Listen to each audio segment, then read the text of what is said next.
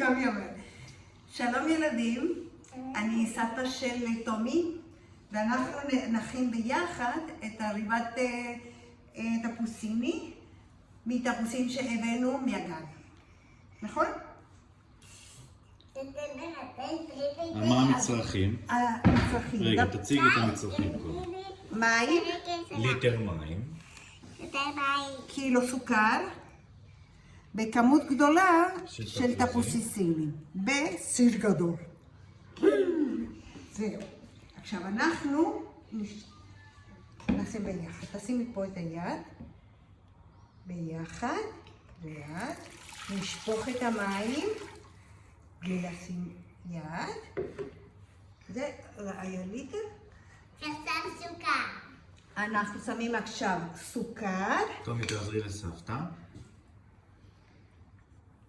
הנה בואי.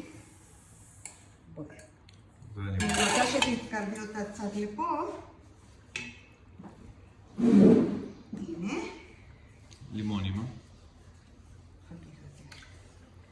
ואנחנו מערבבים כדי להמיס את הסוכר בפנים, נכון?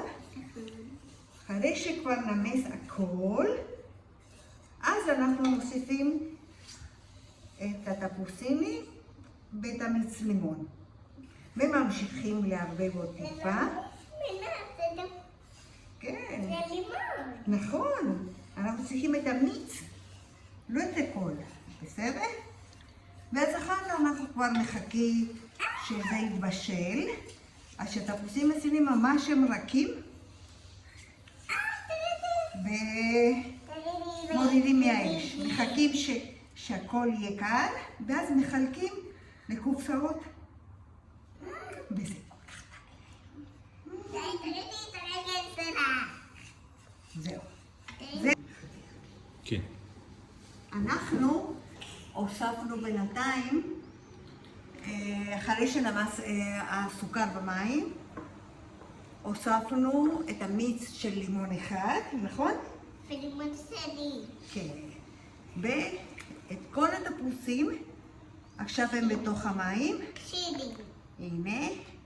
ומחכים עכשיו שיהיה רך ושיהיה יותר סמיך. נכון? ואז כבר יהיה מוכן.